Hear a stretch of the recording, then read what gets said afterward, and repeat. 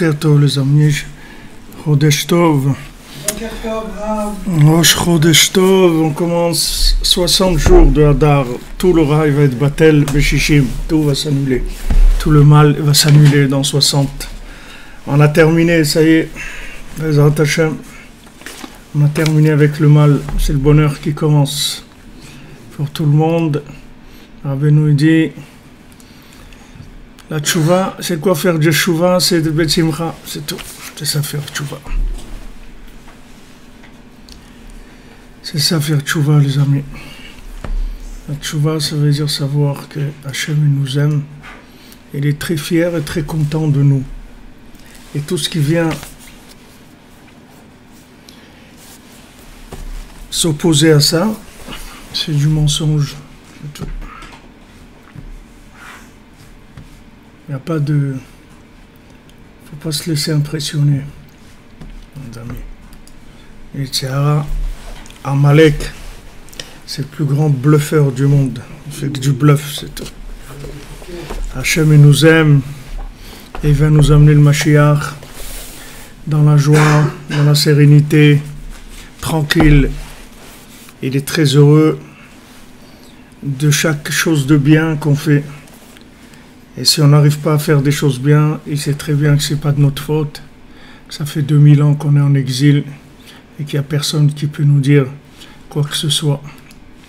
Aucune remarque à nous faire. 2000 ans d'exil.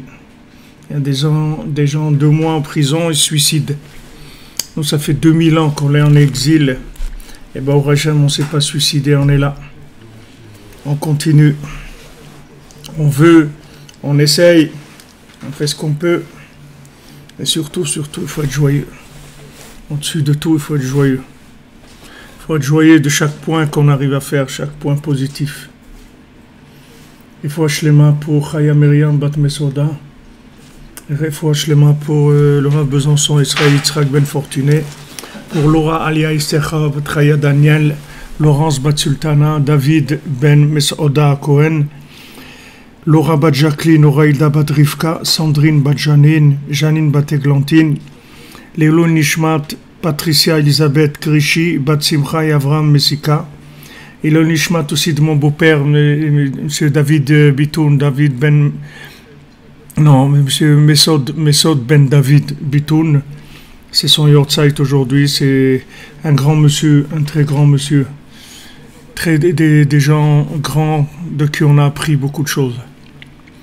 Beaucoup de choses. Sur la tzedaka, sur le chesed, sur l'engagement, détermination.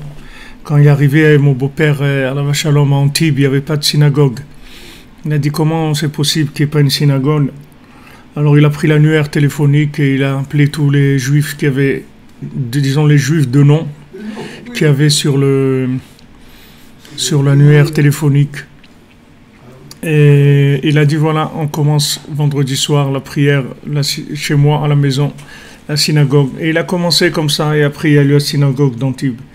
Et un des grands balais tchouva de mon beau-père et de mon épouse et de mon beau-frère, que vous connaissez bien, qui revenait de très très loin, c'est le Rav Dinovitch. Le Rav Dinovitch, il a fait tchouva chez mes beaux-parents à Juan-les-Pins. Il est de Juan-les-Pins. Et c'est avec mon beau-frère qui allait faire du porte-à-porte pour essayer de réunir les jeunes. Et donc c'est des gens, des grands messieurs, surtout qui travaillaient dans l'ombre. travailler dans l'ombre. C'est le travailleur de l'ombre.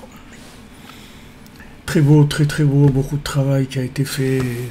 Merveille, des merveilles. Baruch Hashem, Ashrenu. Voilà, il y a de la connexion. Baruch Hashem, tout le monde est là. Tous ceux qui doivent être là, ils sont là. Ceux qui ne sont pas là, ils sont là aussi. La Neshama, leur Neshama, elle est là. Baruch Hashem, Rabbeinu. Sachez que les enseignements de Rabbeinu, c'est pas de la Torah de... Les enseignements de Rabbeinu, c'est pas de la Torah comme il y a... Chaque enseignement de Rabbeinu, c'est un enseignement qu'il n'y a jamais eu dans le monde. C'est une Torah qu'il n'y a jamais eu dans le monde, les Chadasha, les Gamré. C'est d'enseignements complètement nouveaux. Il n'y a jamais eu aucun être humain, Rabbeinu dit, qui a atteint et qui a compris ces choses-là. Ça n'est jamais venu dans le monde. C'est une Torah entièrement nouvelle. Donc sachez que vous êtes Olivier D, vous êtes en pleine tchouva depuis 3 mois. Eh bien, moi aussi j'essaye, ça fait 41 ans, j'essaye et je continue. Je vais continuer à essayer. Et voilà, on fait ce qu'on peut. C'est l'article numéro 2. C'est numéro 2, tu fais ce que tu peux, c'est tout. On est tous dans l'article numéro 2. Baruch Hashem dans la joie, connecté, Ashrenu.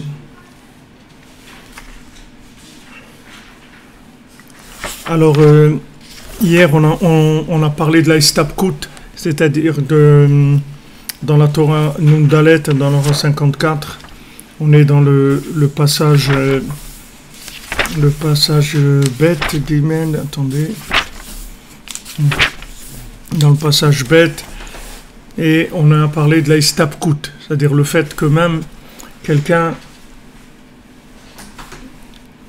Aliyah en vue, Bezant Hashem, que vous réussissiez votre Aliyah, tout le monde réussit l'Aliyah, on va faire une yeshiva ici, messianique, de tous les gens qui sont sur Internet et tout.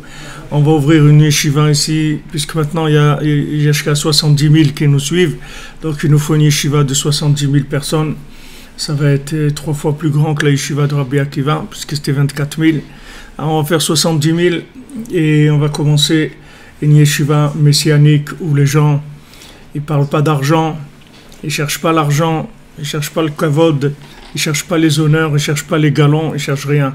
Ils cherchent une chose, c'est échanger chacun ce qu'il a compris d'Hachem et avancer, c'est tout. Et on avance ensemble, c'est tout.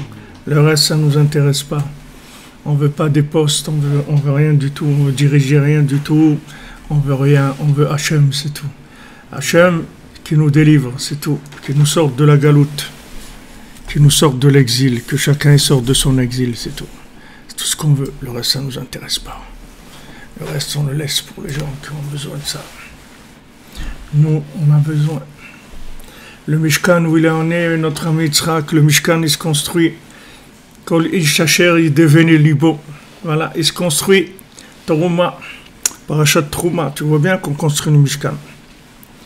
Alors on a vu hier la Istabkut, c'est-à-dire que maintenant même quelqu'un qui est capable d'être en contact avec Hachem dans la réalité, par exemple dans le travail, puisque le travail, il vient de 39 Melachot à Mishkan. Quand on travaille, c'est le Mishkan qu'on fait, c'est-à-dire que c'est un endroit de contact avec Hachem. Alors quelqu'un, quand il travaille, il voit des miracles, il voit des choses extraordinaires, de l'ashgacha pratit, de tout, il voit de la providence divine, il voit beaucoup de choses d'intervention divine dans son travail.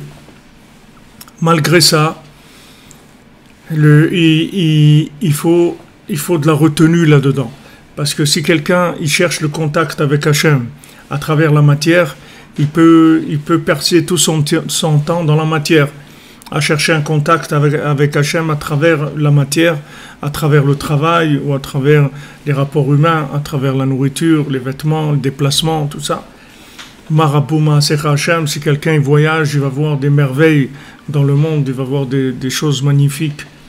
S'il va au Japon, s'il va voir les chutes de Niagara, s'il va voir des choses merveilleuses dans le monde, il va voir les safaris en Afrique, des choses, des gazelles, des trucs, de tout, des choses merveilleuses que Hachem il a faites dans le monde. Et si quelqu'un il rentre là-dedans, il va passer sa vie à faire ça. Donc là-dedans, il y a un minimum aussi de consommation, de la même manière que le corps. Le corps, il demande de la istabkut, la retenue, on doit prendre ce dont on a besoin, pas plus. Alors le rapport avec Hachem dans la matière, il doit être aussi limité à ce qui est juste le mouvement des cinq sens, le mouvement de tout ce qui est la structure, si vous voulez, du côté imaginaire qu'il y a dans l'homme, puisque les cinq sens, ils construisent l'imagination de l'homme. Tout ce que l'homme y vit, il vit par l'imagination. Et seulement cette imagination, soit elle est alimentée par les cinq sens, soit elle est alimentée par la neshama, ce qu'on appelle sechel yuni, c'est-à-dire la neshama. Donc la neshama, elle va alimenter l'imagination. Si c'est pas la neshama, alors ça peut être les cinq sens. Ces cinq sens, s'ils sont bons, s'ils sont purs, alors ils vont donner des informations qui sont vraies. Et si les cinq sens, ils sont pas purifiés, alors ils vont donner des informations qui sont pas propres. Alors maintenant, même si quelqu'un il comprend les messages d'Hachem à travers ce monde, les manifestations d'Hachem dans la matière, il doit quand même avoir de la istabkut, c'est-à-dire il doit avoir de la retenue par rapport à ce monde. Ce monde, bien que ce monde est connectable, que tout est connectable dans ce monde, tout est connectable à Hachem, il faut quand même de la retenue. C'est-à-dire que il faut prendre ce dont on a besoin et chercher la connexion avec Hachem dans la matière selon ce dont on a besoin. Parce qu'il y a des connexions plus élevées qui sont à travers l'étude de la Torah, la prière, les actions, les bonnes actions, de kiyum des mitzvot. Quand on fait des mitzvot, il y a des niveaux de connexion qui sont beaucoup plus élevés que la connexion des messages à travers la matière, puisque les messages d'Hachem à travers la matière, ce sont les messages des niveaux les plus bas. Et d'abord, il faut aller dans la matière c'est dangereux, on peut se faire attraper, etc. Comme on a vu, on a développé tout ça hier et fin de semaine dernière. Alors Rabbeinu dit, va filou misé istapkut gouffin. Maintenant, même quand quelqu'un il se retient, c'est-à-dire qu'il prend de ce monde ce dont il a besoin, matériellement et spirituellement aussi, il ne cherche pas des messages, il ne cherche pas Madame Soleil, il prend ce qu'il peut de ce monde, c'est tout, ce qu'il a comme information, il prend et il ne va pas chercher plus loin. Donc on avait vu ça, Mimoufla, Mimcha, Altidrosh, c'est-à-dire que tu ne dois pas chercher au-delà de ton niveau, tu prends ce qu'il y a à ton niveau et tu es joyeux avec ce qu'Hachem te donne. Et tu le sers dans la joie, dans la foi, en étant content de pouvoir amener quoi que ce soit comme plaisir à Hachem. Alors maintenant, même quand quelqu'un il se retient, il faut qu'il prenne, il faut qu'il soit mafrish pour la tzedaka, c'est-à-dire qu'il donne la tzedaka. Et ça, c'est le principe que Rabbeinu dit que Hachem, il étend le ciel comme une tenture qui est Aaron Abrit, Shuprinat Ani, parce que le Aaron Abrit, c'est-à-dire que la Aaron Abrit, c'est tout ça, vous voyez dans le Paracha, on parle de ces éléments-là. Le Aaron Abrit, qui était l'armoire dans laquelle on mettait les tables de la loi, il est Prinat Ani, et il est Ani, c'est-à-dire il représente la pauvreté. Pourquoi il se trouve en dessous, la Yeri'a se trouve en dessous la tenture qu'il y a dans le Mishkan. Va Yeri'a mashvia la Aaron Abrit vezeprinat tzedaka. Et maintenant, là, la tenture, c'est elle qui envoie la lumière à la Yeri'a, si vous voulez, c'est le rideau. C'est lui qui envoie la lumière vers le Aaron Abrit, vers l'armoire dans laquelle il y a les tables de la loi. Et ça, c'est le principe de la tzedaka.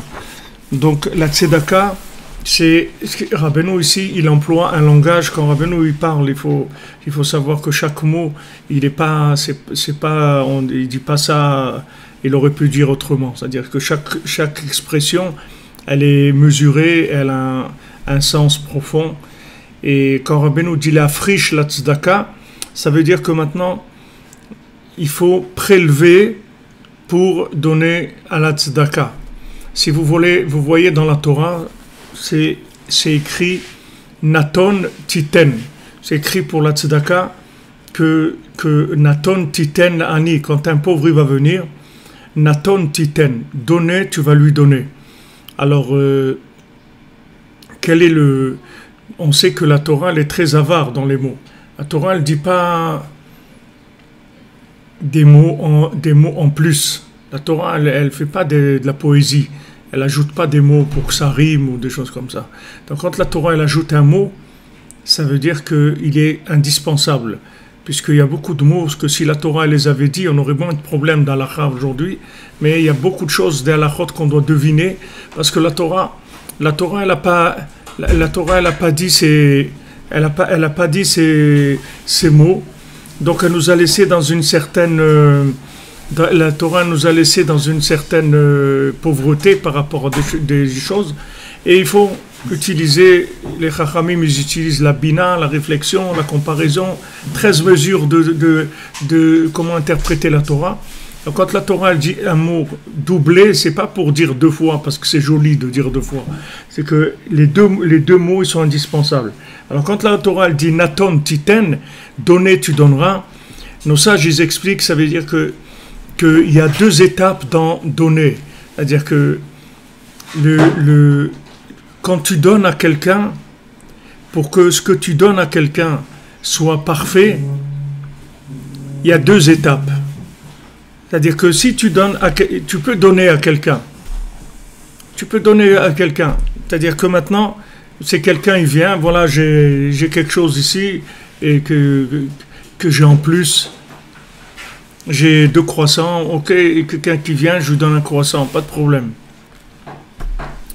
Mais la tzedaka, c'est pas ça dont Rabbeinu il parle ici. Rabbeinu il parle ici, la friche, la tzedaka. C'est-à-dire, quand on est mafriche, ça veut dire qu'on prélève. C'est un prélèvement. Comme le prélèvement à la source, ici c'est le prélèvement de la tzedaka. Qu'est-ce que c'est le prélèvement? C'est-à-dire cet acte de prélèvement, il n'a rien à voir avec le fait de donner. C'est donner, mais en 2 étapes. Première chose, tu prélèves. Qu'est-ce que ça veut dire tu prélèves? Ça veut dire tu t'enlèves quelque chose qui est à toi. Et pour que tu t'enlèves quelque chose qui est à toi, il faut que tu sois dans les stapkout, que tu vives que tu te contentes, c'est-à-dire de ce que tu as besoin. Parce que si maintenant tu as plus que ce que tu as besoin, jamais tu vas pouvoir prélever. Puisque ça va être toujours, tu vas prendre dans ce que tu as en plus. Tu ne vas pas prélever. Il faut que tu arrives à prélever. Première chose, tu vas prélever. C'est la première étape de cette tzedaka-là. Tu prélèves. Ça, c'est une étape. Et ça, c'est toi, c'est tout. C'est entre toi et Hachem. Il n'y a personne qui est rentré sur la scène pour l'instant. On ne sait pas. Peut-être qu'il va y avoir un pauvre, peut-être qu'il ne va pas y avoir. Ça, c'est une deuxième étape. Première étape, je prélève sur moi-même. C'est-à-dire que j'ai besoin de ça, parce que je suis dans le minimum. D'accord? Alors, je vais prélever. Ici, il y avait un rav à Yerushalayim. Une fois, il y a un jeune marié qui est venu le voir, un jeune qui allait se marier, un jeune fiancé. Et il a dit, il est venu, il a dit au rav, il a dit, regardez, je dois me marier bientôt et j'ai rien. Voilà. Je ne sais pas s'il était orphelin, je ne sais pas ce qu'il avait, mais il n'avait pas pour se marier. Alors, le rav, il lui a dit, écoute, et moi j'ai donné déjà tout ce que je devais donner pour l'année, je l'ai déjà donné à des pauvres. C'est-à-dire que maintenant, j'ai rien à donner. Mais il a dit, regarde, le Shabbat, on n'est pas obligé de faire kiddush sur le vin. On peut faire kiddush sur le pain. C'est-à-dire, on peut faire le kiddush, et après, au lieu de faire Boré Pera Geffen, on fait Amotzi Lechem Imaharetz. On fait Netilat Yadayim avant. Il y en a d'ailleurs les Yekes, qu'on appelle les Yekes, c'est-à-dire les Allemands, les Juifs allemands. Ils font comme ça, le vendredi soir. Ils font Netilat Yadayim avant le Kiddush, même quand ils font Kiddush sur le vin. Mais ils font toujours Netilat Yadayim, Kiddush Motzi, ils font. Alors maintenant, quelqu'un qui n'a pas de vin, il fait Netilat Yadayim, il se lave les mains, il fait le Kiddush, Vaïcholo Hashamaim, etc. Et quand il arrive à la bénédiction, il fait Amotzi Lechem Min Haaretz et il fait sur le pain. Donc il dit, puisque je peux faire kiddush sur le pain, c'est permis. Donc voilà, il lui a compté combien de bouteilles de jus de raisin il avait besoin pour l'année. Disons qu'il avait à peu près besoin de 50 bouteilles. 50 bouteilles de jus de raisin pour l'année. Chaque bouteille, ça coûte 12 shekels. Donc ça fait 600 shekels. Voilà, il lui a donné 600 shekels. Et pendant un an, il a fait kiddush sur le pain. Ça s'appelle la friche. Ça s'appelle prélever. C'est-à-dire, il a prélevé sur ce qu'il a. Bon, c'est pas qu'il lui a dit, attends, je vais voir qu'est-ce qui dépasse. Mon frigidaire est plein, il y a des trucs, j'arrive plus à les rentrer, alors je vais te les donner. Des vêtements, attends, je regarde. Bon, j'ai 35 chemises, bon, allez, tiens. Non, il a 2 chemises, une de Shabbat et une de la semaine. Ok, quelqu'un vient, il dit, j'ai pas de chemise. Il dit, laquelle je vais lui donner? Ben, je vais lui donner la plus belle, tiens, celle de Shabbat. Et moi je garderai la même pour Shabbat et je la laverai le vendredi matin. Et je resterai avec mon pyjama jusqu'à 2 heures. Et puis après, je mettrai ma chemise, c'est tout. Ça s'appelle la friche. La friche, ça veut dire que tu prélèves sur ce que tu as besoin. C'est cette tzedaka-là dont Rabbeinu parle ici. C'est pas la tzedaka, je donne ce qui dépasse. Bon. Donner ce qui dépasse, c'est mignon, c'est sympa. C'est déchire ton cœur, truc, tout ce que tu veux, les restaurants du cœur, tout ce que tu veux. C'est tout, c'est très bien. Parce que celui qui reçoit, pour lui, ça ne change rien. Quand toi, tu lui as donné quelque chose, que tu lui as donné ce qui dépasse ou que tu lui as donné ce que tu prélèves, pour lui, c'est la même chose. Du moment que tu lui as comblé son besoin. Mais celui qui donne ce qu'il n'a pas, parce qu'il n'a pas, puisqu'il prélève, on a dit il faut se contenter. Déjà, il se contente. C'est-à-dire qu'il fait attention, il ne travaille pas trop, il fait ce qu'il a besoin pour vivre, c'est tout. Ce qu'il a besoin pour vivre, il ne va pas plus loin. Et je me souviens, au Maroc, c'était quelque chose de courant, d'aller dans un magasin, de trouver qu'il était fermé. À midi ou à 2 heures. Il était fermé. Alors, tu voulais acheter des chaussures, des trucs, il était fermé, le magasin. Alors, tu revenais le lendemain, à l'ouverture. Tu dis, mais monsieur, je suis venu hier, c'était fermé. Il dit, mais moi j'ai fait ma journée, j'ai fini ma journée, j'ai gagné ce que j'avais besoin à 11 heures du matin, j'ai fermé, c'est tout. Qu'est-ce que tu veux que je fasse ici? Il n'y a rien à faire. C'est-à-dire que du moment où il a ce qu'il faut, il ferme son magasin, pourquoi il va rester ouvert? C'est pas un service public. Il n'est pas là pour distribuer de l'électricité ou de trucs. Il n'y a pas de... Alors, ce union-là qui dira Rabbeinu aussi, Tsarir, Misea istapkut goufa, de cette istapkut-là, c'est-à-dire que voilà, maintenant tu es quelqu'un de modeste, tu as choisi la modestie par principe de vie. Sur cette modestie, tu dois prélever, c'est-à-dire que ça va te manquer, il va y avoir un trou quelque part. Il va y avoir un trou quelque part, au lieu de t'acheter une paire de chaussures tous les 6 mois, ben, tu vas acheter une par an, c'est tout. Tu as un trou quelque part. Ça s'appelle la friche, comme on dit afrachatrala, quand on dit afrachatrala, prélever la chala. C'est le principe de prélever la chala, ça veut dire que il y a eu un pain, c'est sur ça que je vais prélever la chala.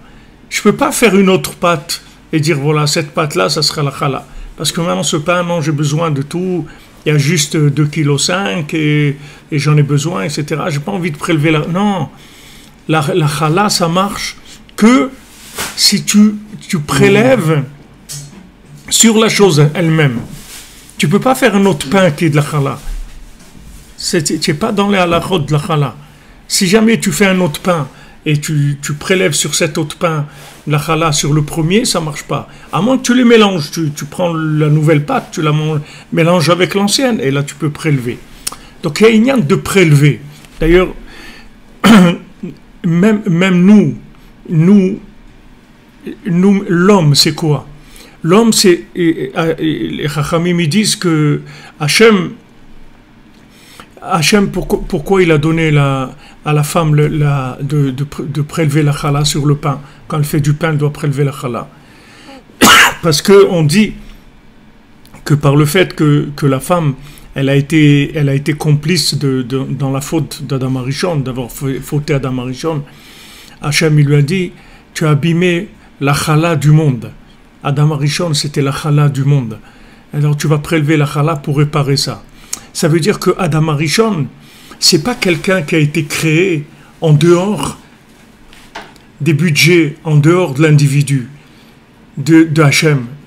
Adam Arishon, c'est la chala du monde, c'est-à-dire qu'Hachem, il a prélevé sur lui-même pour créer l'homme.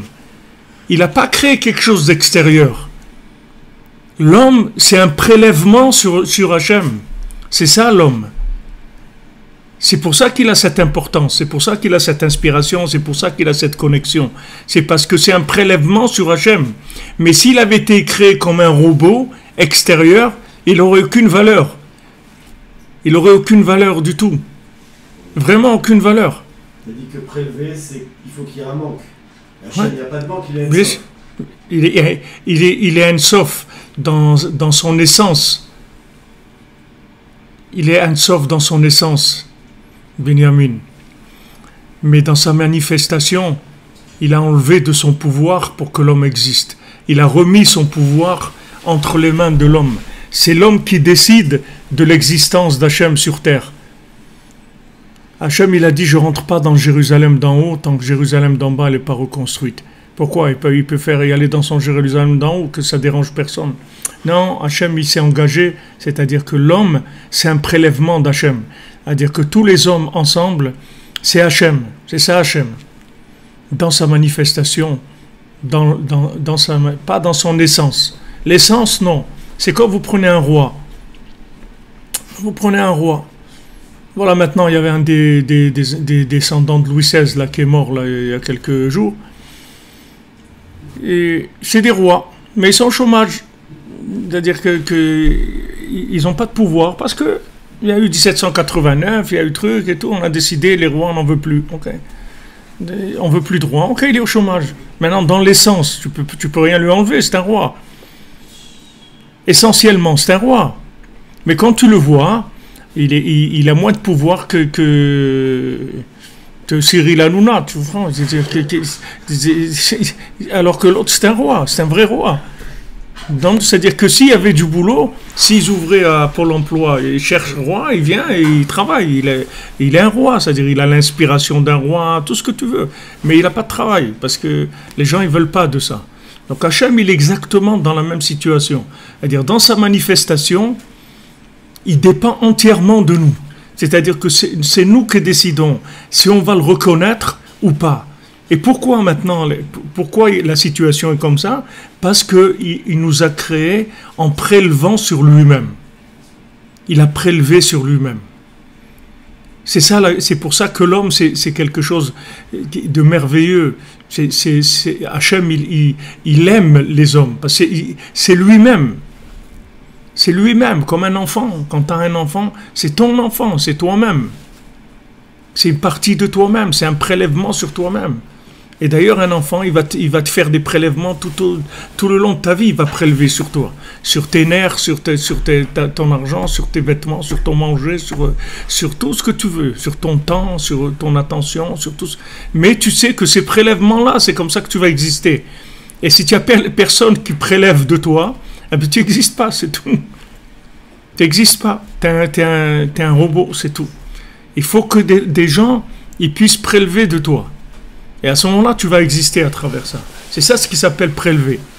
Alors maintenant, quand Hachem il dit dans la paracha que maintenant, celui qui va donner la trouma pour le Mishkan, Ishachei deveni libo, alors lui, il va donner de la trouma, c'est-à-dire ma trouma, Hachem il dit, il va donner ma trouma, c'est-à-dire qu'il va faire une participation au Mishkan. À part le principe du Machassit à Shekel, c'est-à-dire que chacun il devait donner une somme pour le Mishkan, ça c'était un impôt. Mais la Trouma, c'était pas un impôt.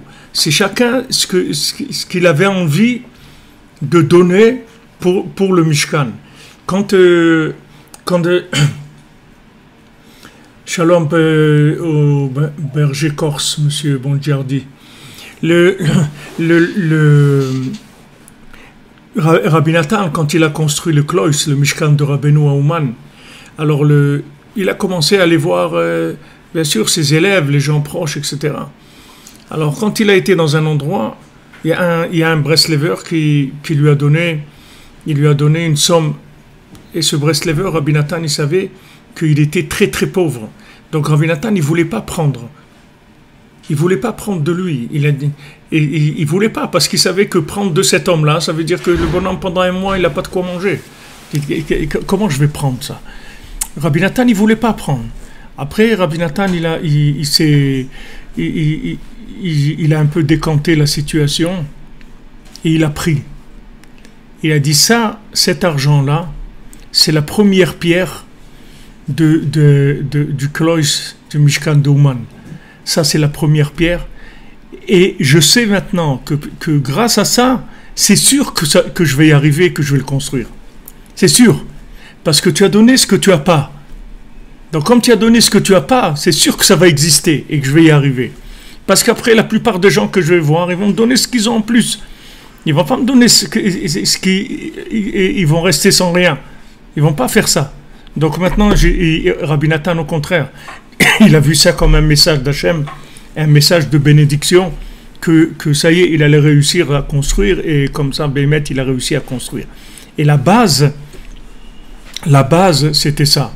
Et si vous voyez dans le monde, tout ce qui s'est fait dans le monde, ce n'est pas des gens qui ont donné, il y a des gens qui ont donné leur vie, il y a des gens qui ont donné leur argent, il y a des gens qui ont donné leur temps, il y a des gens qui ont donné leur amour, c'est les gens qui ont donné ce qu'ils n'avaient pas.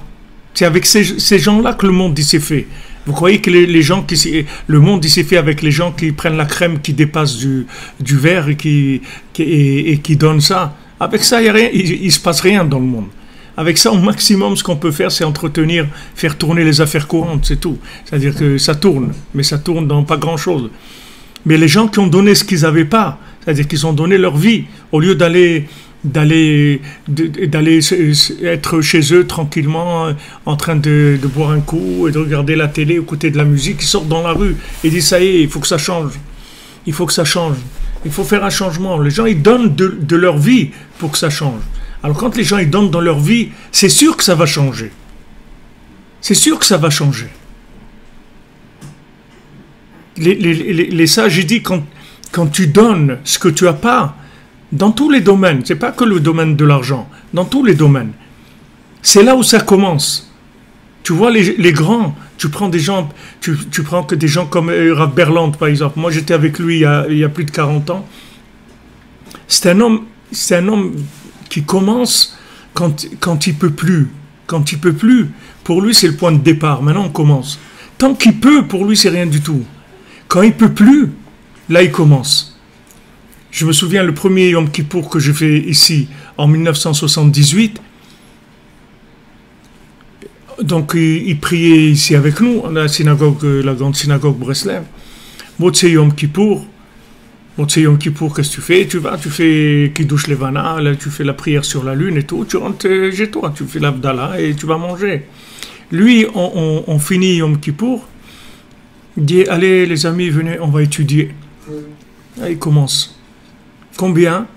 Jusqu'au matin. Et tous les gens, ils n'ont pas mangé. Tous les gens qui sont là, il y a personne et personne ne peut bouger. Parce que s'il commence un cours, il n'y a pas, tu vas te lever et dire pardon, monsieur, professeur, je dois rentrer. Hein. Non, il n'y a pas, tu ne bouges pas. Si lui, il ne bouge pas, tu ne bouges pas. Voilà, jusqu'au matin, c'était comme ça. Attends, les gens, ils n'ont pas mangé. On commence maintenant.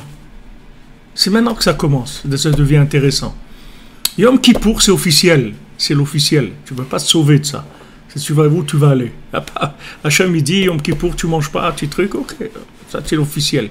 Maintenant, tu as fini. Allez, viens, on commence. Maintenant, ça commence. C'est ma participation, maintenant. Le reste, c'est les impôts. Je paye mes impôts. Maintenant, on commence à faire un don. Enfin, un don. Et tous les gens que tu vois qui a un niveau dans la Torah, c'est que des gens comme ça. Ça n'existe pas. Tu ne vas pas trouver quelqu'un qui est arrivé à décrocher des niveaux et qui a vécu dans le contentement de ce qu'ils pouvaient faire. Des gens qui ont dormi quand ils avaient sommeil, des gens qui ont mangé quand ils ont faim, des gens qui se sont déplacés que quand ils avaient le temps et la force, des gens qui ont donné que ce qu'ils pouvaient donner. Ces gens-là, ils sont restés des fantômes du monde. C'est des fonctionnaires, c'est-à-dire ils aident au fonctionnement du monde. Ils aident au fonctionnement. Il vient, il travaille. Ouais, j'ai travaillé. J'ai travaillé, je suis fonctionnaire à la RATP, au PTT, et trucs. Là, je suis fonctionnaire. J'ai un salaire garanti, j'ai une retraite, j'ai une mutuelle, j'ai des cadeaux de fin d'année, j'ai un 13e mois, j'ai des trucs, de temps en temps un cadeau de voyage.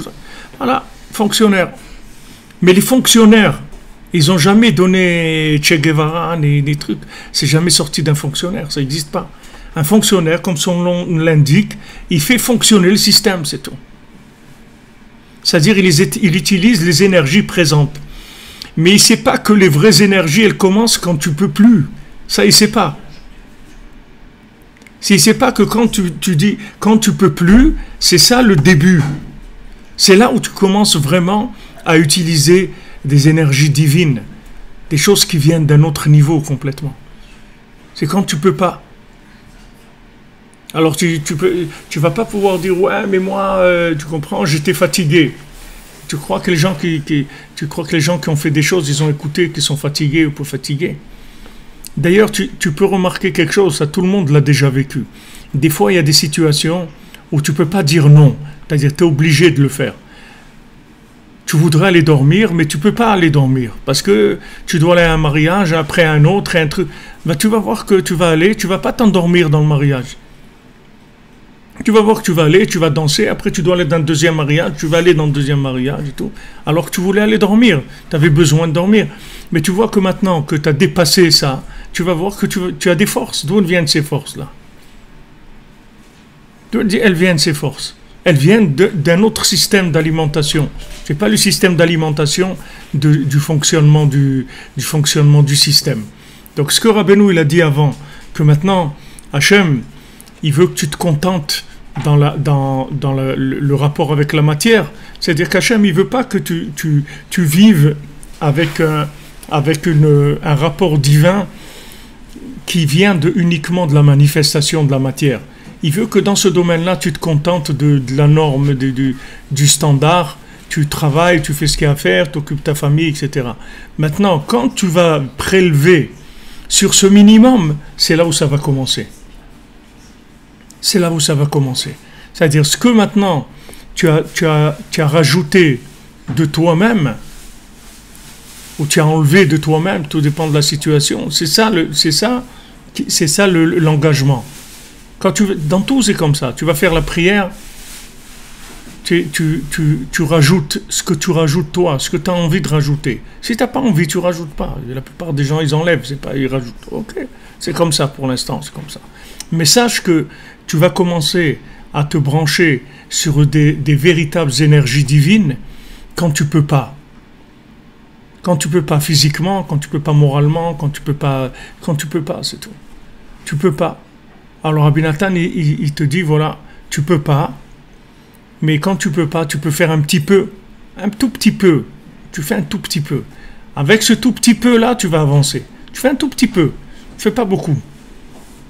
Un tout petit peu, tu rajoutes un tout petit peu, c'est tout. Tu fais un tout petit peu plus. Ce petit peu-là, il n'est pas dans les impôts.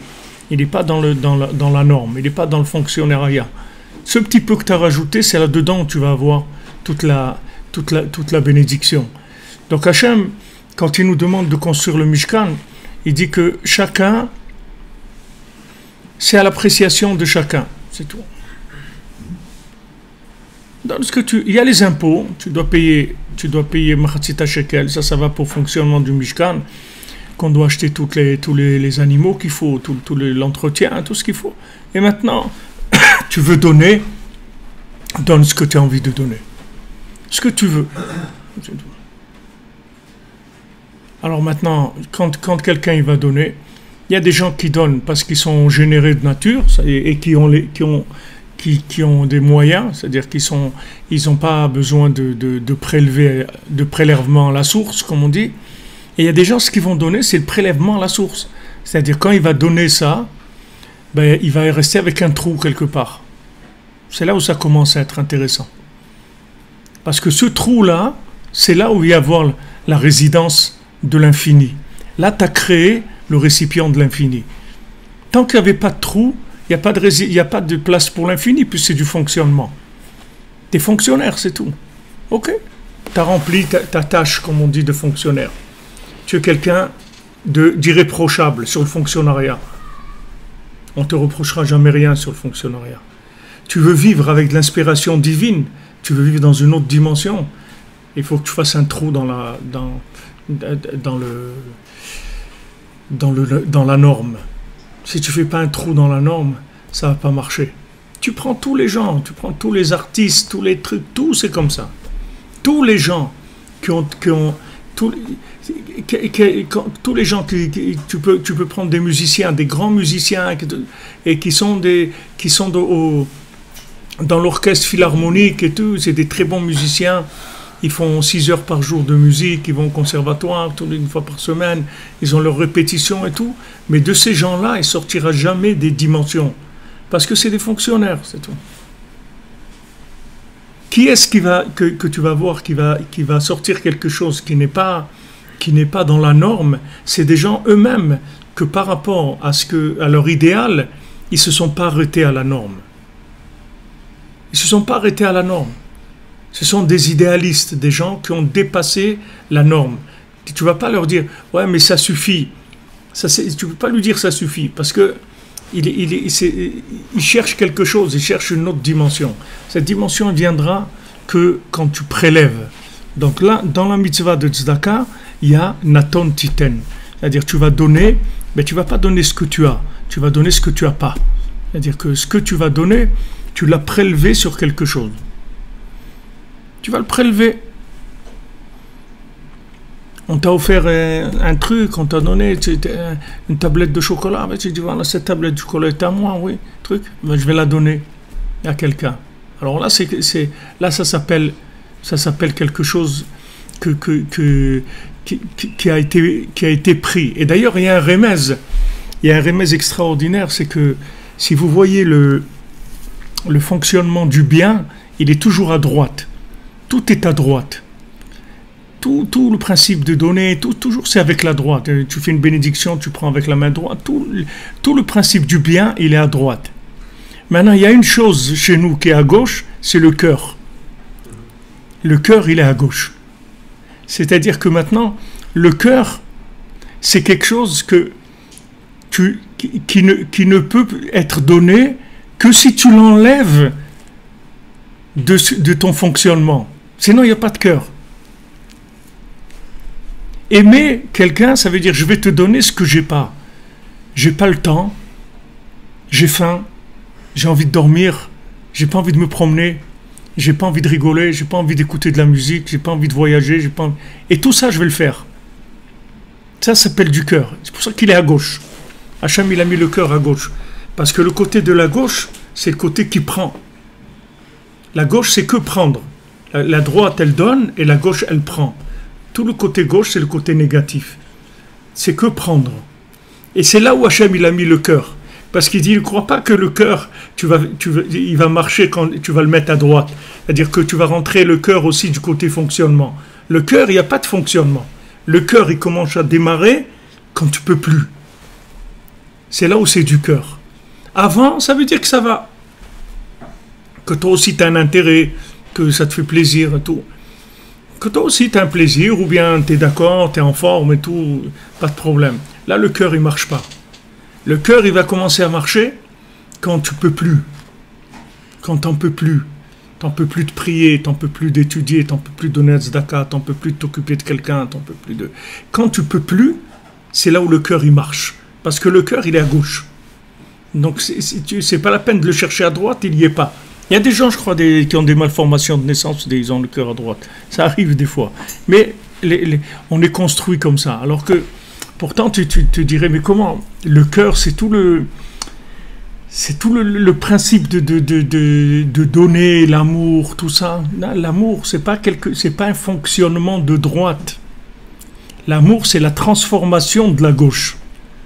C'est pas un fonctionnement de droite. T'as rien prouvé avec le fonctionnement de droite. T'as fonctionné, c'est bien, tu fonctionnes. Il y a beaucoup de gens qui disent ça dans les foyers et tout. Souvent, les maris disent « Ouais, mais pourquoi tu te plains ?» Il dit à ça « Pourquoi tu te plains J'amène ce qu'il faut à la maison, je paye le loyer, tu manques de rien, les enfants ils manquent de rien. vous êtes bien logé, vous avez tout ce qu'il faut, on part en vacances une fois par an, je vous paye des voyages à Oman quand vous avez besoin, etc. Ok? Tout ça, c'est du fonctionnement. Si la personne, elle ressent un manque, ça veut dire que tu as donné ce que tu avais. Tu n'as pas donné ce que tu n'avais pas. Si tu veux que la personne en face, elle sente que tu l'aimes, il faut que tu lui donnes ce que tu n'as pas. C'est pour ça que d'ailleurs la Gemara, elle te dit qu'un homme, il doit donner à sa femme et ses enfants ce qu'il n'a pas. Pour toi, tu n'as pas le droit. Tu veux t'acheter un costume, tu n'as pas l'argent, tu n'as pas le droit de l'acheter. Tu n'as pas le droit. Ah, tu as vu un costume, boss ou un truc, ouais, super, un costume pour Shabbat et tout, mais j'ai pas d'argent, ok, tu n'as pas le droit de l'acheter. Ah, je vais aller emprunter et tout, tu peux pas, tu n'as pas le droit. Maintenant, ta femme, elle a besoin d'un vêtement, tu n'as pas l'argent, tu dois lui acheter, va emprunter et tout, tu dois, c'est-à-dire tu dois ce que tu n'as pas. Pourquoi ? Parce que le rapport dans un couple, il est que comme ça, sinon il n'y a rien. Tu vas rien construire. Tu vas rien construire, c'est du fonctionnariat. Si maintenant, elle fait le linge, le manger, elle range la maison, etc. Toi, tu payes le loyer, tu amènes ce qu'il faut pour fonctionner. Ok, c'est deux fonctionnaires qui travaillent ensemble, c'est tout. Mais il n'y a pas de fusion. Il n'y a pas de fusion. Si tu veux fusionner, il faut que tu enlèves sur ce que tu as. Il faut que ce que tu donnes, ce que tu n'as pas. C'est tout. Mais comment on fait pour donner ce qu'on n'a pas? Eh ben on prélève sur ce qu'on a, c'est tout. On prélève sur ce qu'on a. Pas tu as, chacun il a ce qu'il a, il prélève sur ça, c'est tout. Il dit bon, ok, tant pis, je vais faire ça, et truc, et je vais pas le faire, et voilà, je vais acheter ça, je vais lui donner ça, etc. Je vais prélever sur ce que j'ai. Donc quand Rabbeinu ici, il emploie le mot que de l'aïstapkout gouffé, c'est-à-dire elle-même, il faut la friche la tzedaka, donc c'est des mots qui sont lourds, qui sont lourds de sens. Vous voyez ce qu'il dit. Pourtant, quand tu lis ça, tu peux passer complètement à côté du message, parce que la tête tzedaka ou la friche la tzedaka, tous c'est des mots, c'est-à-dire tu peux passer le sens il peut être, mais tu vois que Rabbeinu il rentre dans une dimension qui est complètement autre, tu vois, de la parole de la tzedaka et le rapport avec Hachem. C'est-à-dire Hachem, il attend de toi que tu prélèves. Tu prélèves sur ton temps, tu prélèves sur ta sensibilité, tu prélèves sur ton sommeil, tu prélèves sur ta nourriture, tu fais des prélèvements. Et sur ces prélèvements-là, tu vas construire l'infini. C'est sur ça que tu vas construire l'infini. C'est sur ça que tu vas arriver à des véritables asagot et lokut. C'est-à-dire, c'est avec cette partie-là que tu rentres dans une dimension divine. Sinon, tu seras toujours dans une dimension terrestre. Tu ne seras pas dans une dimension divine. Quand j'étais à la yeshiva à Aix-les-Bains, j'avais parlé avec un des grands rabbanim de la yeshiva qui est toujours un grand rave et un grand magid-shiur, quelqu'un de très avancé dans la Torah. Alors il m'a dit que quand il était étudiant, jeune marié, il étudiait au kollel, mais il étudiait au kollel 8 heures par jour. Et il a dit ça c'est pour le kollel. Mais après, quand il rentrait chez lui, après il étudiait encore 8 heures. Parce que c'est là où ça commençait. C'est-à-dire son engagement dans l'étude. La journée, les 8 heures, ça c'est le système. Mais les autres 8 heures, c'est là où ça commence. Et ici aussi, en Eretz Israël, j'avais parlé avec des rabbanim et tout. Tous, ils te diront la même chose. C'est-à-dire, quand quelqu'un, il a fini la forme de la chose, quand il a fini le côté extérieur de la chose, c'est là où ça commence. C'est là où l'engagement commence. C'est quand tu as fini le fonctionnement. Tant que tu es dans le côté fonctionnariat, tu vas rester dans le fonctionnement de la chose. Tu n'arriveras pas à des dimensions qui sont infinies. Tu veux arriver à des dimensions infinies, il faut que tu prélèves. Quand tu vas prélever, tu vas arriver à de la connexion infinie. C'est-à-dire que tu ne vas plus vivre normalement. Tu ne vas plus être dans la norme de la vie. Tu vas sentir des choses que personne ne ressent. tu vas voir des choses que personne ne voit. Tu vas faire des choses que personne ne fait. Pourquoi? Parce que tu t'es connecté à une autre dimension complètement. Mais ça, c'est intime et personnel. Il n'y a personne qui sait. Il n'y a personne qui sait ce que quelqu'un, quand quelqu'un y donne, personne ne sait ce qu'il a donné. Comme quelqu'un, une fois, qui donnait à Rabbeinu. Il était venu chez Rabbeinu à Rosh Hashanah. Ok, Rabbeinu a dit il faut venir donner à Rosh Hashanah. Et il faut venir chez lui à Rosh Hashanah. Rabbeinu l'a dit, ok, on va au Man, Rosh Hashanah. Maintenant, avant, les enseignants, ils avaient des postes pour 6 mois. C'est-à-dire qu'il y avait deux fois l'embauche pour 6 mois. C'était avant Rosh Hashanah et avant Pessah. C'était les 2 moments de l'embauche des enseignants. C'était comme ça le système scolaire, le système des écoles, ça marchait comme ça. Tu t'embauchais pour 6 mois. C'est-à-dire que si maintenant, tu n'étais pas là avant Rosh Hashanah, ça veut dire que tu ne travailles pas jusqu'à Pessah, c'est tout. Parce qu'on n'embauche pas après Rosh Hashanah. On embauche juste avant Rosh Hashanah. Donc ce Breslever-là, qui voulait être chez Rabbeinu à Rosh Hashanah, il n'a pas pu travailler. Donc il est resté 6 mois sans travailler.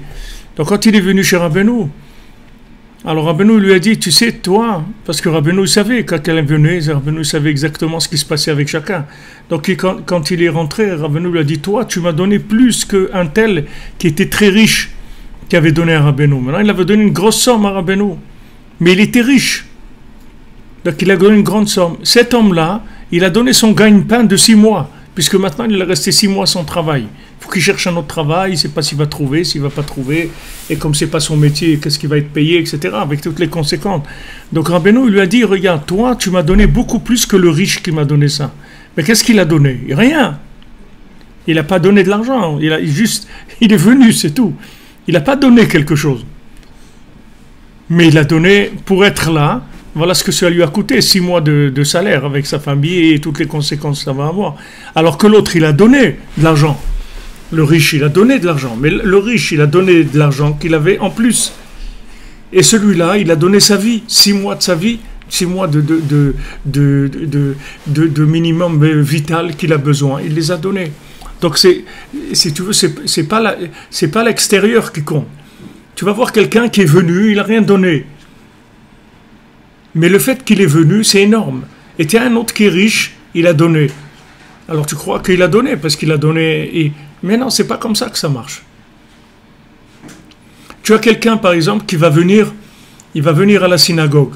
Maintenant, quand il vient à la synagogue, il ne prie pas. Il vient à la synagogue, il s'assoit, il commence à discuter avec celui-là, avec l'autre, il se fait un café et tout ça. Et des fois, en 5 minutes, il met les tefilines et il fait le schéma, il s'en va. Et tu vois un autre, il vient 1 heure avant. 1 heure avant, il est là déjà. 5h15, 5h30, il est là, il commence. Dès que c'est 6h moins 20, il peut mettre les tefs, il met les tefs, il commence. Maintenant, celui-là qui est venu à la synagogue et qui a pas prié, il a parlé avec les gens et tout, c'est possible que lui, il ait beaucoup plus prié que l'autre qui est là depuis 1 heure avant. Pourquoi? Parce que lui, l'effort que ça lui demande de venir à la synagogue, il est plus grand que l'effort qu'il fait l'autre pour prier.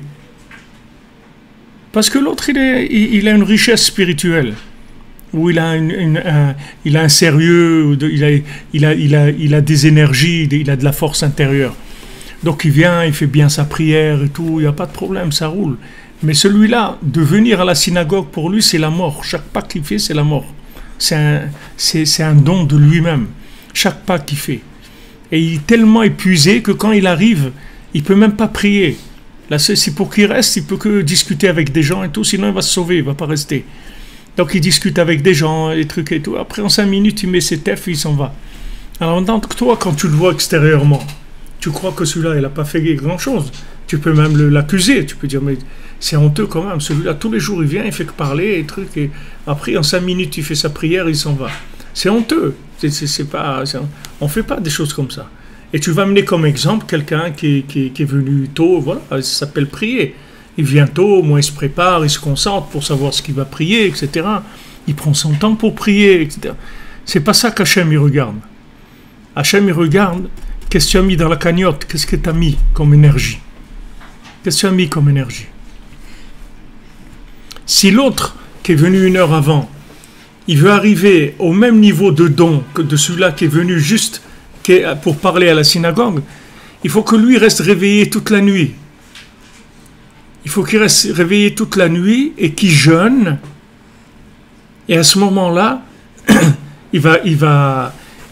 ça va ressembler à ce qu'il fait l'autre. Tu comprends la traduction de l'effort, il est personnel.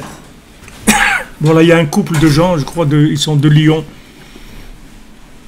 Et cette dame-là, elle est venue, la dame est venue avec nous à Hanouka. Elle était pour Hanouka, elle était dans le voyage que mon épouse a organisé. Et cette dame qui est venue.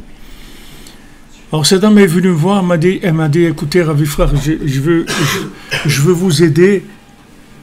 Je veux vous aider pour la construction du Mishkan à Ouman. Je veux vous aider. Alors je dis merci, c'est gentil et tout. Elle m'a dit mais moi j'ai pas d'argent. J'ai pas d'argent. Alors vous savez qu'est-ce que je vais faire? Pendant tous les Shovavim, pendant cette période-là des Shovavim, c'est-à-dire depuis Shemot jusqu'à Mishpatim, jusqu'à maintenant, toutes ces semaines-là, je vais jeûner pour vous tous les jours. Et c'est ce qu'elle a fait. Elle a envoyé un message, elle dit voilà, j'ai jeûné tous les jours, j'ai perdu 22 kilos, un truc comme ça. Elle a jeûné. Maintenant tu vas dire, de l'argent, elle n'a pas donné. Ok. Donc maintenant, nous on a besoin de mettre du béton et tout là-bas. On a besoin de l'acheter le béton. D'accord? Quelqu'un, il n'a pas donné de l'argent. Mais il a donné plus que l'argent. C'est que elle, quand elle a jeûné, elle a donné ce qu'elle n'a pas, d'accord? Donc comme elle a donné ce qu'elle n'a pas, c'est grâce à ça qu'on va construire. C'est-à-dire que maintenant, la construction, avant la construction, il faut des autorisations dans le ciel. Il faut que ça marche. C'est pas que de construire, comme Rabbeinu dit qu'il y avait 2 élèves qui voulaient venir en Israël. Alors il parlait devant Rabbeinu, il dit qu'on ait le mérite et tout. Alors il y a un qui a dit que ça veut dire le mérite, tu achètes un billet et tu vas en Israël, c'est tout. Alors Rabbeinu il a dit, après celui qui a dit tu achètes un billet et tu vas en Israël, il ira jamais en Israël. Et celui qui a dit il faut avoir le mérite, celui-là il va aller en Israël. Alors celui qui a dit il faut avoir le mérite, il n'avait pas les moyens. Mais le fait que maintenant, il savait que ça dépendait d'un mérite, avec ça il est arrivé en Eretz Israël. Mais celui qui croyait que Eretz Israël ça s'achète avec un billet, il n'est jamais arrivé en Eretz Israël. Donc cette dame-là, elle a jeûné. Et en plus, elle nous a dit que son mari aussi, quand il a vu ça, il s'est mis avec elle. Donc ils ont jeûné tous les deux pendant combien ça fait Shovavim? Combien de semaines ça fait? Ça fait 7 semaines. 7 semaines, ça fait quand tu enlèves le Shabbat, c'est un travail, c'est un Messirut Nefesh énorme. Mais c'est la première fois que j'ai vu un truc pareil dans ma vie. J'ai jamais vu un truc pareil dans ma vie.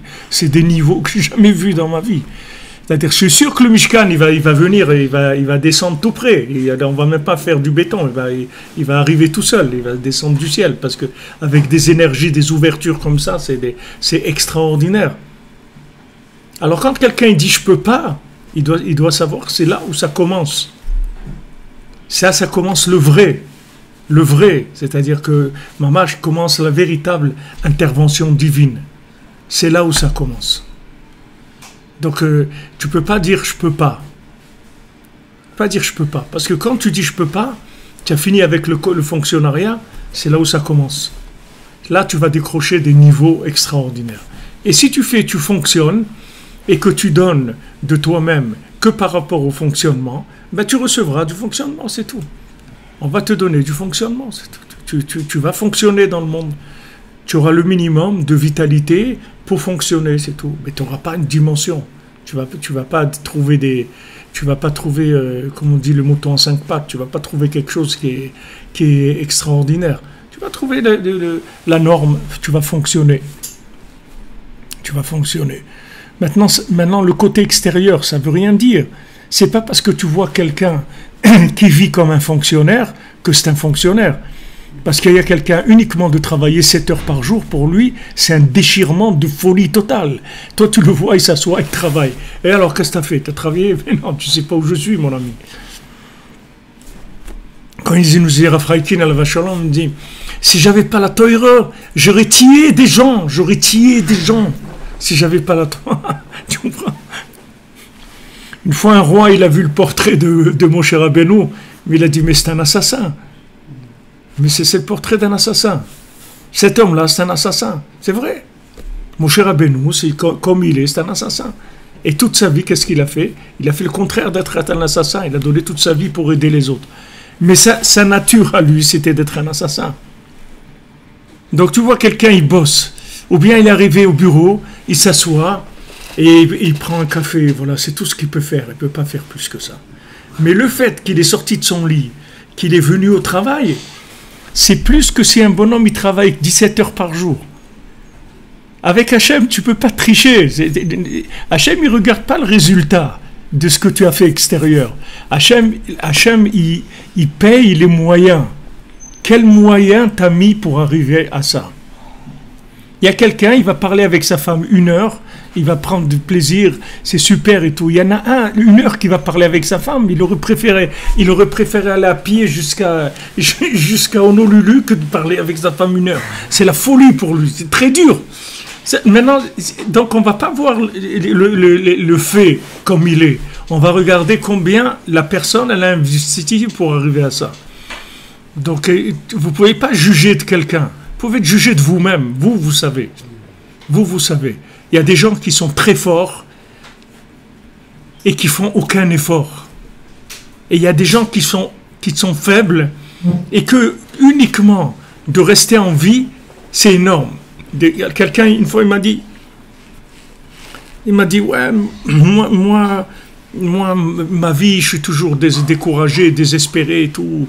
Je pense à me suicider et tout, et je me suicide pas parce que je la crains d'Hachem et tout. Quand je vais arriver de l'autre côté, qu'est-ce que je vais dire? Tu vas dire que tu t'es pas suicidé, c'est tout, ça suffit. Pas besoin de plus que ça. Tu n'as pas besoin d'être un tzaddik, parce que pour toi, ne pas te suicider, c'est être un tzaddik. C'est-à-dire, ce qu'il a mis, Rabbi Shimon Bar Yochai, pour écrire le Zohar, toi tu l'as mis pour pas te suicider. La même énergie tu as mis. C'est la même chose. Ça t'a coûté la même chose. Tu as passé une vie entière de rage de vivre, et chaque seconde, tu attendais rien que ça se termine, et tu as continué à faire ce que tu as pu, et tout ça, ça vaut plus que quelqu'un qui a réussi, parce que quelqu'un qui a réussi, on ne sait pas comment il a réussi. Il y a des gens qui ont réussi, ils ont pris plaisir à ça. C'est-à-dire que ça leur fait plaisir. Il y a des gens, quand ils s'assoient à étudier, ça leur fait plaisir, ils aiment étudier. Il y a des gens, quand ils s'assoient à étudier, chaque mot, c'est comme s'ils mâchent des pierres. C'est l'horreur, c'est horrible pour lui. Alors maintenant, les deux, ils ont étudié 1 heure. Mais ils n'ont pas étudié 1 heure. Celui qui a étudié et qui a pris plaisir à 8 heures d'études, il n'a même pas commencé ce que l'autre il est en train de faire en 1 heure. Lui, il commencera quand il sera à la 18e heure d'études et qu'il n'aura pas mangé toute la journée et tout. Alors il va commencer à goûter ce que l'autre il goûte en 1 heure, que quand il étudie, c'est comme s'il mange des pierres. Donc tu ne peux pas juger sur le côté de la manifestation extérieure. Ce qui compte, c'est combien la personne, ce qu'elle a donné, combien elle a été mafriche, combien elle a prélevé sur elle-même. Prélever, ça veut dire j'ai pas. Et je vais le faire quand même. Mais j'ai pas où prendre le temps, j'ai pas où prendre l'énergie, j'ai pas où prendre l'argent, je vais les prendre quand même. Ça te rentre dans une autre dimension complètement. Si tu veux rentrer dans la dimension de la connexion avec l'infini, ça commence qu'à partir de là. Tout ce qui est fonctionnement, pour toi, ça, personne ne peut dire parce que c'est très personnel. C'est très personnel. Il y a des gens, ils n'ont pas besoin de dormir beaucoup. Ça, ils n'aiment pas dormir. Ils dorment 4 heures, ils se lèvent et ça, ils en ont marre de dormir. Et il y a des gens, à partir de la 12e heure qui dorment, c'est là où ils commencent à bouger un petit peu et trouver la force doucement. Il aurait bien dormi encore 5-6 heures, mais bon, il a des choses à faire et tout. Il s'arrache au lit et il commence à truc. Donc tu ne vas pas comparer celui-là qui a dormi 4 heures et qui se lève en pleine forme et qui en a marre de dormir avec l'autre qui rêve que d'une seule chose, c'est de retourner sur son oreiller et qui s'arrache et tout, et qui a dormi 12 heures et qui n'est pas venu à la prière et qui est truc et tout. Tu sais rien de ce que quelqu'un y fait. Mais par contre, tu peux voir le résultat. Si tu vois un bonhomme qui est branché, Si tu vois un bonhomme connecté, si tu vois un bonhomme qui a de la lumière, sache qu'il paye. Il paye cher. C'est tout. Parce que la lumière d'Hachem, tu ne peux pas tricher avec ça. Tu ne peux pas recevoir de la lumière d'Hachem si tu es un fonctionnaire. Tu recevras la lumière de fonctionnement. C'est tout. Mais la lumière qui est une autre dimension, ça vient parce que quelque part, tu as payé quelque chose qu'on ne t'avait pas demandé de payer. Et tu as voulu le payer de toi-même. Peu importe dans quel domaine. Tu as eu une épreuve, quelque chose, il y a pas. Tu prends Rabbi Chaim Vital, il a dit, à l'âge de 16 ans, il a eu une épreuve. S'il n'avait pas résisté à cette épreuve-là, il s'est devenu l'un des plus grands rachats de la génération, d'un type les pires du monde. Et il a résisté, il est devenu l'un des meilleurs, des plus grands de la génération. Mais c'est son choix, lui. Il n'y a personne qui lui a dit, voilà ce qu'il y a, tu vas faire. C'est lui qui a décidé ça. Yosef Hatzadik, il a son épreuve, c'est lui qui décide. Et parce qu'il décide de résister avec Potiphar, etc., il devient Yosef Hatzadik, il devient le Mashbir, il devient celui qui va donner il va nourrir l'humanité entière. Il va devenir le bras droit de Paro, il va nourrir le monde entier. D'où c'est venu ça? Parce que c'est un engagement personnel. C'est pas quelque chose qui est dans la norme. La norme, tu vas jamais nourrir le monde entier. La norme, tu vas rester un bonhomme normal, c'est tout. Tu vas faire normal. Mais c'est mieux que rien. Au moins, tu fonctionnes. C'est mieux que rien. Mais si tu veux arriver à une autre dimension, il faut donner. Et ça, il n'y a personne qui peut juger l'autre. Il y a quelqu'un, il va donner à partir de la 3e tablette de chocolat. L'autre à partir du 1er morceau de chocolat. On ne peut pas savoir. Il y en a un pour ne pas manger la 3e tablette, ça lui demande plus d'efforts pour que quelqu'un qui ne va pas manger un carreau de chocolat. Tout est relatif là-dedans par rapport à l'individu. Donc juste pour vous dire ce mot-là qui est très fort, les afriches. Les afriches, il faut prendre. Tu prends sur ton temps, quand quelqu'un te demande quelque chose, tu peux m'accompagner, c'est quand tu ne peux pas que ça commence, que tu commences à faire quelque chose. Mais si tu peux, au contraire, tu t'ennuies, tu n'as rien à faire, alors c'est ok, c'est du fonctionnement, c'est pas de problème, c'est bien, mais c'est du bien d'entretien, c'est tout. C'est écologique, si tu veux. C'est du judaïsme écologique. Mais c'est pas avec ça qu'il va y avoir de la Torah surréaliste. Tu ne vas pas amener de la Torah surréaliste. Un terrain en friche, c'est un terrain qui n'est pas entretenu. En friche, ouais. Et aussi, c'est pas riche. Pas riche, c'est d'être pas riche. Be'atzlacha les amis, Chodesh Tov.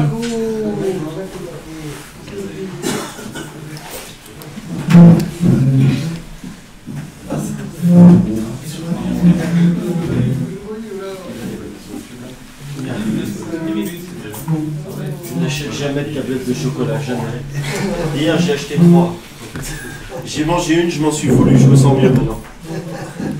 Il y a 2, j'ai pas mangé, j'ai gardé pour Shabbat, pour les enfants. J'ai mangé une entière. Je m'en suis voulu, j'ai dit, c'est pas... Maintenant, tu vois. Ça va bon. Tu pars quand? Jeudi prochain. Ah, jeudi prochain? Ouais. Ça paraît combien?